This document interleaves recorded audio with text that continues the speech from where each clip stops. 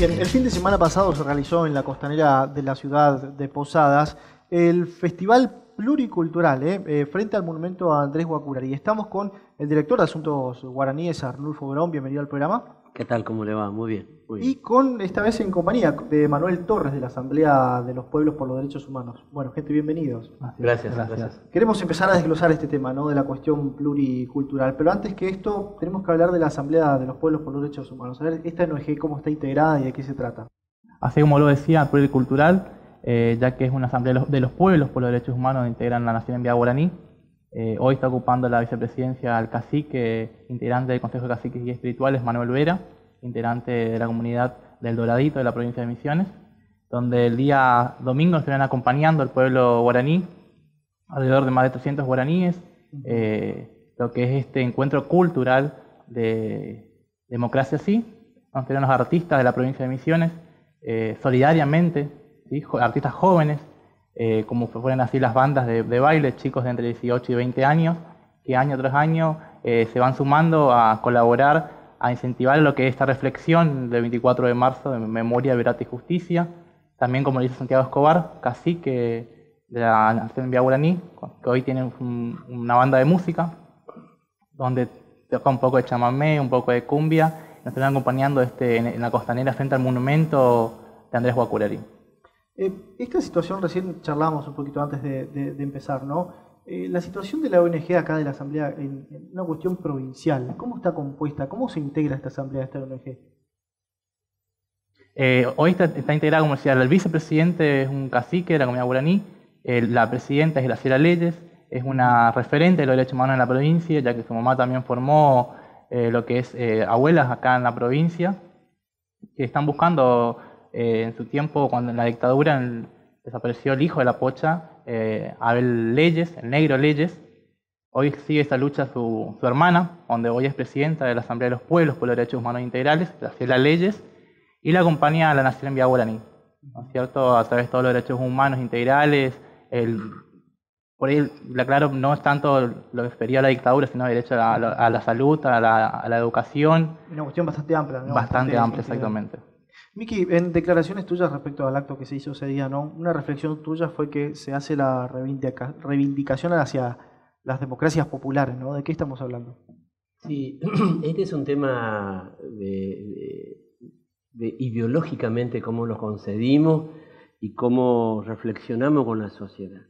Acá no es tema autorreferencial, de que me pasó a mí esto, le pasó al otro lo peor, y por lo tanto a nosotros no corresponden cargos, no corresponde como un resarcimiento estar en el manejo de la cosa pública. Esto tiene que ver con porque si quienes han sufrido han sido los familiares, no un poquito en el tema de los que fueron afectados directamente con prisión y eso, ¿no? Sobre todo la sociedad argentina, el pueblo argentino y los familiares en particular, lo que han sufrido como parte de lo que ha creado la dictadura, que es que se han ido por todo el pueblo argentino, que reivindicaban la democracia, reivindicaban la constitucionalidad, el tema de la soberanía, la economía que tiene que ver con la justicia. Los compañeros que de alguna manera estuvieron y sufrieron o están desaparecidos, abrazaron una causa de justicia, abrazaron un modelo de país que hoy está en práctica, que son democracias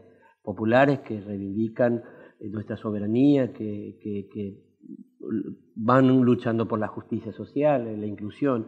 O sea, no es que ellos han sido víctimas porque que andaban caminando y vino un grupo militar en un camión y lo llevaron, sino que ellos abrazaban la causa de los pueblos, su deseo de justicia, su deseo de soberanía, su deseo de independencia política. Todo lo que hoy está sucediendo, ellos hubieran estado hoy conduciendo también esta realidad. Además, siempre han sido quienes estuvieron frente de sindicatos, frente de gremios, frente de comisiones vecinales, en toda actividad que tiene que ver con el prójimo. Es decir, la más bella de la obra humana ellos lo estaban llevando con su cuerpo, y es trabajar por el prójimo. Y de esto se trata la memoria y la verdad histórica. Ha sido una generación que ha sido diezmado a partir de un modelo económico que vino a imponerse, que es el tema de los recursos naturales, la enajenación de los recursos del Estado, el de instaurar una sociedad autoritaria, de privilegiados, de minorías privilegiadas, y de las grandes corporaciones también internacionales, que han sido quienes han diseñado un plan que para llegar a concretar ese plan debían hacer desaparecer y mutilar a la sociedad argentina por el nivel de conciencia y de compromiso que tenían estos jóvenes por la patria, por la soberanía, la justicia y la independencia política, digamos, ¿no? Si hablamos de democracias populares, ¿no? Como lo definiste vos, en contrasentido, ¿qué habría hoy en nuestra actualidad, digamos? ¿Cómo lo podríamos analizar? Claro, las democracias pueden ser controladas, las democracias de las minorías, el ejercicio solamente del voto y después, como intentan hacer hoy las expresiones, ha ganado un partido, el pueblo se ha expresado, pero sin embargo la minoría dice nosotros también estamos y queremos decir que hagan lo que nosotros decimos, ¿no? La minoría, bueno, han perdido y tiene que acompañar. Por eso la mayoría ha elegido a la mayoría para que ejerza esa concepción por el cual ellos han adherido. Entonces no se agota en el voto, se agota en la participación plena de su deseo de libertad, su deseo de independencia, su deseo de justicia. Es decir, la sociedad debe ser protagonista de un destino común, no parte e instrumento de la ambición de unos pocos. Entonces las democracias controladas, la democracia bajo las líneas de las corporaciones mediáticas, por ejemplo, no han escondido durante 200 años a un héroe, a un mártir de la independencia, a un precursor de la independencia de América, a un hombre que ha luchado por la emancipación de los pueblos. Hace 200 años se va a cumplir este año, que fue el comandante, hoy general, Andrés Guacuray y Artigas. Entonces eso está escondido, ¿ves? Esa es una democracia oculta, difaman, distorsionan, crean un modelo de sociedad de desiguales, de racismo y autoritarismo. Esas son las democracias que nosotros no pretendemos que así se concreten, por eso las posiciones de los organismos de derechos humanos es rechazar todo ese modelo de nuevo empresarial, mediático, corporativo y al servicio de los extranjeros que vienen por nuestros recursos y a controlar las democracias. Emanuel, y ustedes desde el sector de la juventud, sos una persona joven, ¿no?, que está dentro de la ONG, ¿cómo observan esta figura de Andrés Guacuray? Bueno, los jóvenes tomaron la iniciativa en el año 2012 tomar los ciclos de cines en las escuelas secundarias con la iniciativa que tuvo el ingeniero Carlos Rovira de declarar protector de los pueblos libres a Andrés Guacuray, como así también lo fue Marilu Lever a fines del año 2014, en el mes de noviembre, con la ley 27.106. En llevar estos ciclos de cine a las escuelas secundarias, en un documental dirigido por Víctor Heredia, que fue Buscando al Comandante, donde los jóvenes, juntos a caciques de asuntos guaraníes, nación en vía guaraní, recorríamos la escuela secundaria tanto del interior de Misiones como las escuelas periféricas de Posadas. Pasábamos este documental y se armaba una especie de debate con los chicos, donde aquí en Posadas era todavía muy cerrado esa conversación de quién fue Andrés Guacuray. Es ir a contar una historia prácticamente desconocida, ¿no?, por muchos misioneros, ¿no? Y lo poco que se conocía era que era un rebelde, uno que odiaba, un salvaje, uno que tenía resentimiento, es decir, la historia distorsionada. La de la oligarquía, la de Mitre, la de Sarmiento, la historia oficial de los genocidas, que todos los pueblos no podían tener héroes, y resulta que había un héroe al cual le debíamos nuestra libre determinación y nuestra independencia, porque las cataratas, Misiones, Corrientes, Entre Ríos no hubieran sido de Argentina si no hubiera sido por el comandante Andrés o el protector de los pueblos libres, que fue José Artigas. Ese proceso está ignorado. La percepción de los chicos en las escuelas en ese sentido, ¿cómo es?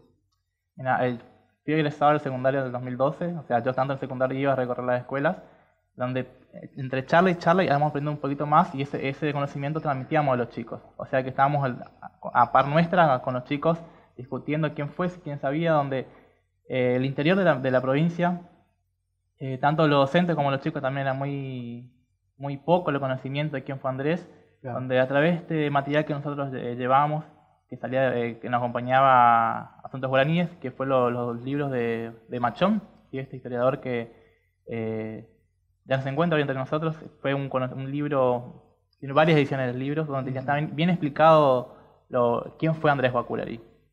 Entonces los chicos de ese material, es sintético y se podía entender sencillamente quién fue, de dónde nació. Realmente hoy también lo están buscando, ¿no es cierto? Claro, la importancia de empezar a conocer nuestra historia desde adentro, ¿no? Claro, es muy difícil amar, venerar y honrar a quien uno no conoce. Por eso se trata de la historia ocultada, no es una historia oculta, sino una historia ocultada. Por eso los jóvenes abrazan esta causa de la democracia popular, que tiene que ver con los derechos integrales. Por eso los jóvenes hoy abrazan y aman la política como lugar, como espacio de discusión de los temas que tienen que ver no solamente con el presente, sino con la historia, para saber de dónde venimos, quiénes somos y hacia dónde tenemos que honrar y caminar, porque hay legados de nuestros héroes, hay legados que abrazar, como por ejemplo la soberanía, la independencia y la justicia. Es tan clave esos tres elementos y solamente es posible dentro de las democracias de carácter popular, es decir, donde el pueblo se exprese y se organice para la defensa de esos derechos claves y vitales de las democracias populares. Miki, salto un poquito de este tema, ¿no? Y me voy un poco más al plano actual y político, si se quiere, ¿no? La nación en realidad tiene su propia forma de gobierno y su autonomía en cuanto a su gobierno, ¿no? Pero ¿tienen en cuenta el contexto político actual de la Argentina y de la región particularmente? Uno de los pueblos más conscientes de su rol que tuvo históricamente y que hoy tiene es la nación originaria guaraní. Dentro de los 38 pueblos-naciones de Argentina, el único pueblo-nación reconocido por el Estado, en la que el Estado le pide perdón por la invisibilidad y la institucionalidad que les negó su existencia, por su carácter de invisibles, fue justamente este gobierno de la renovación, en la figura del gobernador mandato cumplido, el ingeniero Rovira, que no solamente le pide perdón, sino que además restituye, ¿no?, su carácter de nación preexistente, restituye su condición de sociedad preexistente a la República de hace 200 años. Entonces, y además les permite de esa manera desde el Estado a que se dé su forma tradicional de gobierno o su forma ancestral de gobierno como nación, como pueblo, para el ejercicio del comanejo, para el ejercicio de la paritaria social, para el tema de la salud concatenado con su medicina tradicional, para el tema de educación autónoma, porque no solamente el ingeniero Rovira reconoce y le pide perdón y restituye su capacidad de gobernarse por sí, que él pregonaba y era uno de los legados del comandante Artigas, sino que además le permite a través de una ley, que es la ley de plurilingüismo, a que este pueblo resguarde, preserve su cultura y su costumbre con su lengua autónoma ancestral, para que los pueblos que han venido como inmigrantes, todas esas sociedades que han venido como inmigrantes, también resguarde y preserve no solamente su lengua,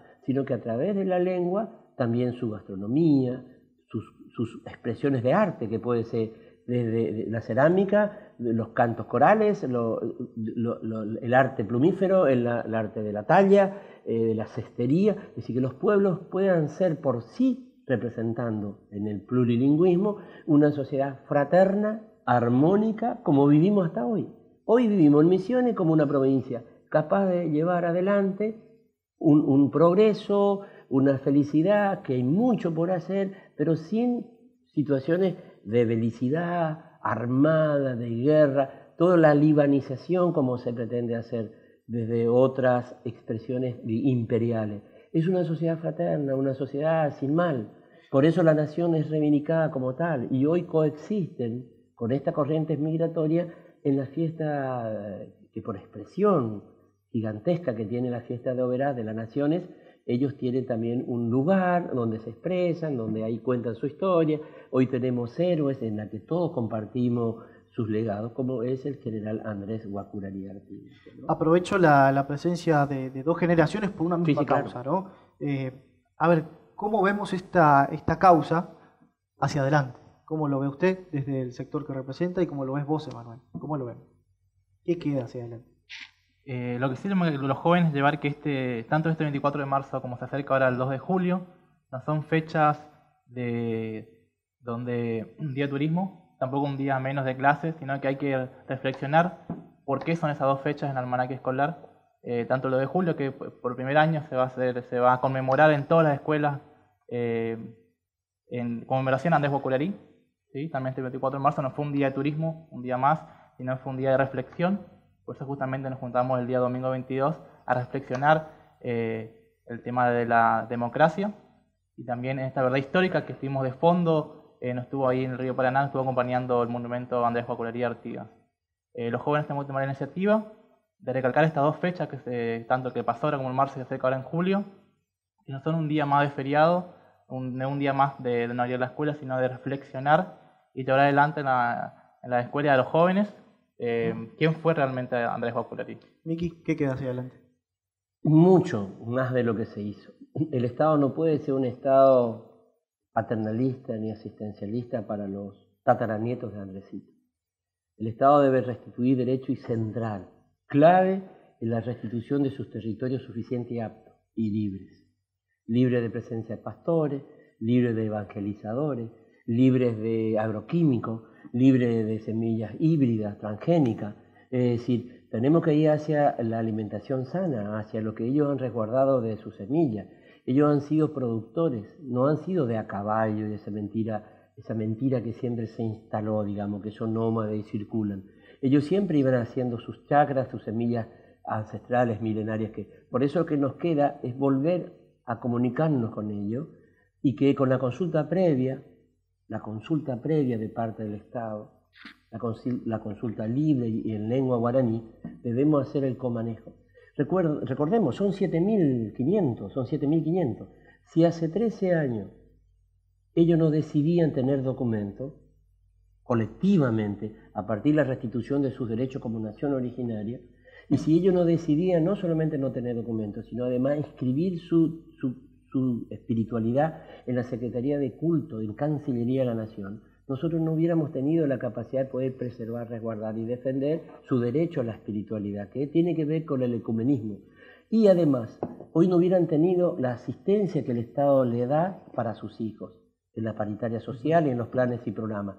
Es que le abrió puerta a una protección importante del Estado. Y fíjense, de cuando irrumpe esta construcción con el protector de este pueblo, que es el ingeniero Rovira, ellos no tenían más de 100 estudiantes primarios, que es la comunidad que ustedes conocen que hizo el obispo ecuménico Kemmerer, en Perutí y en Fracán.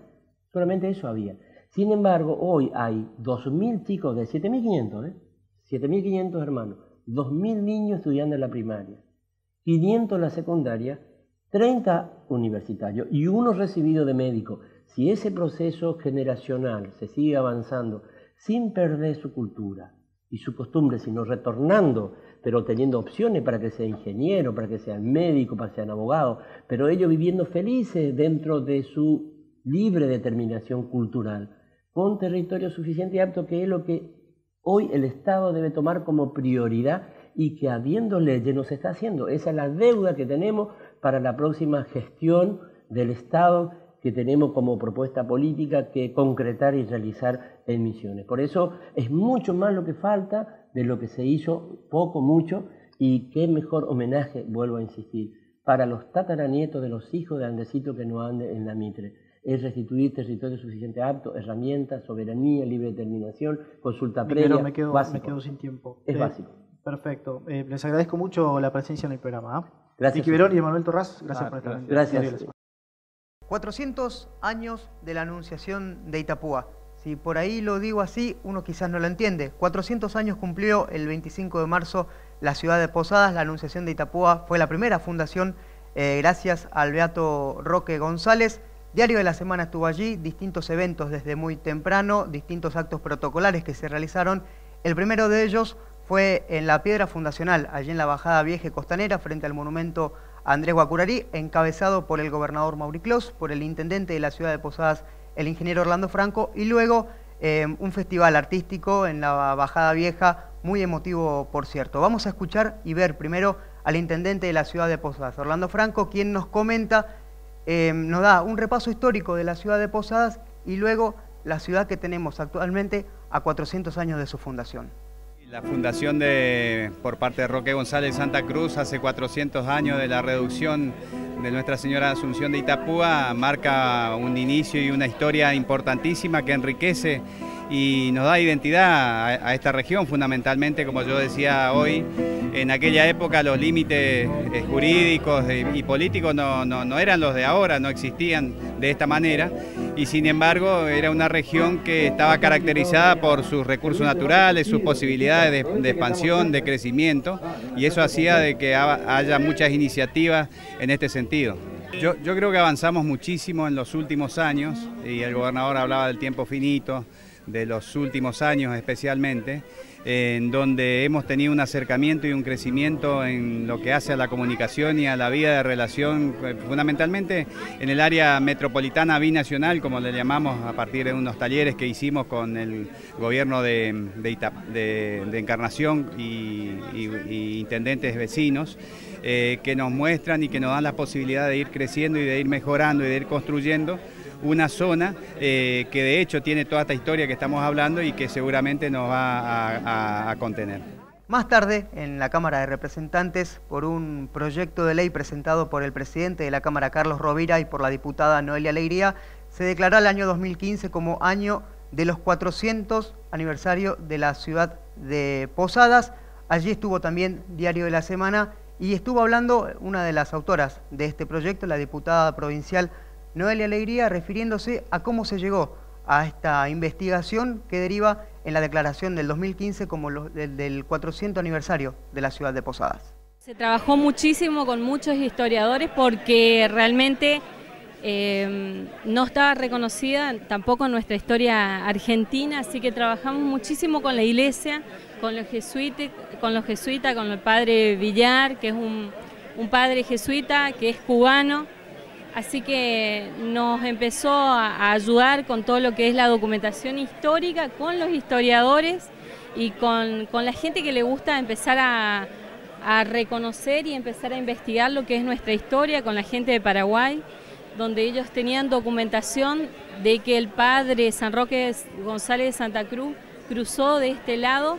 Es decir, que para nosotros es un reconocimiento como misionero, y un reconocimiento como legislador también empezar a ver lo que necesita la gente y lo que es nuestra historia, que no la conocemos, y que ojalá Dios quiera en los próximos años esta sea la historia que tenga que ser contada en las aulas de nuestra provincia de Misiones, y no historias que vienen de otras provincias, que también es importante para la cultura general, sino también marcar nuestra propia impronta, que es lo que el presidente de la Cámara siempre ha tratado de poner como guía, la impronta misionerista en todos estos procesos culturales y de historia.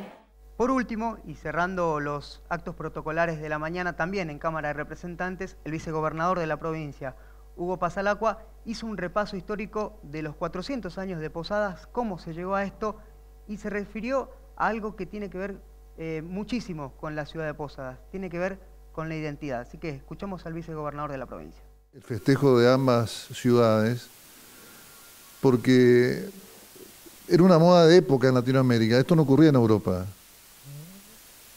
La instauración de la fecha. En América Latina era muy importante porque era un acto casi notarial. El que llegaba primero tenía potestades, con lo cual la fecha se vuelve una cosa trascendente.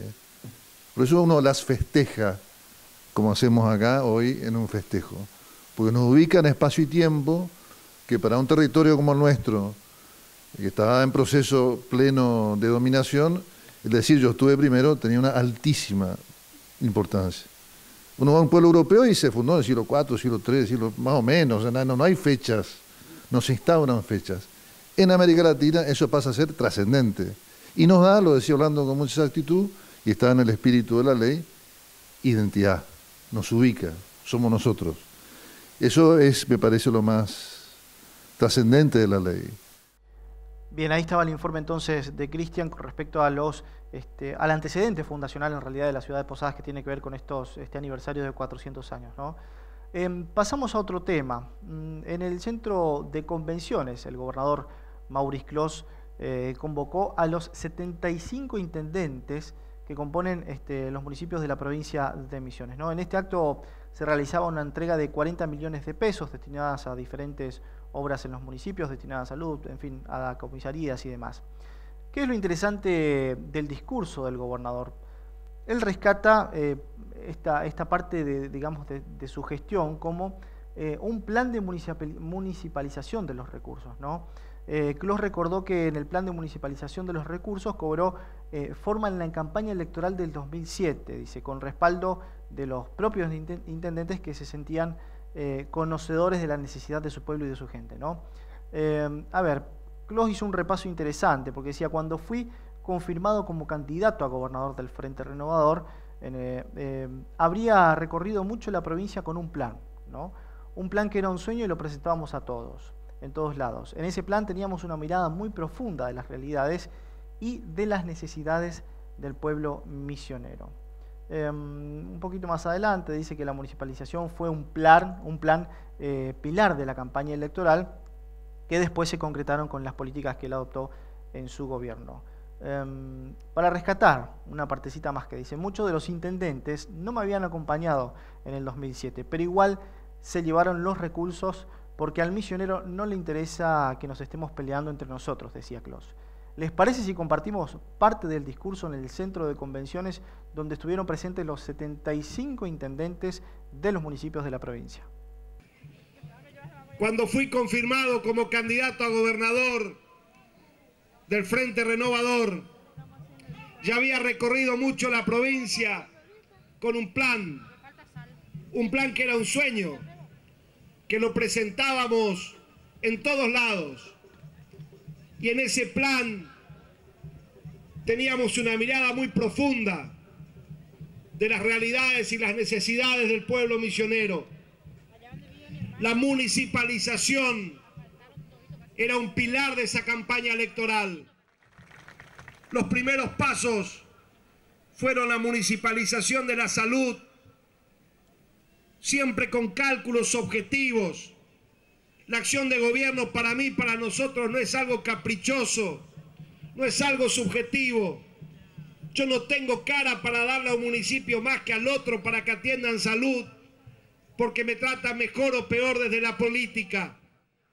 Muchos de los intendentes no me habían acompañado en el 2007. Igual se llevaron los recursos, porque al misionero no le interesa que nos estemos peleando entre nosotros, les interesa que tengamos la capacidad y la sensibilidad social de implementar políticas que lleguen a cada uno de quienes necesitan.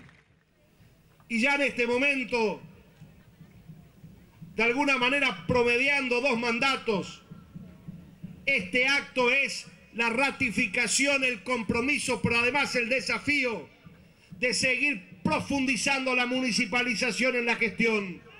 Por eso, mientras algunos piensan, se convocan para hacer un acto político, claro que sí, es un acto político con gestión de gobierno y con políticas que pretendemos que sean políticas de Estado, que no se puedan borrar jamás de la historia de la gestión de la provincia de Misiones.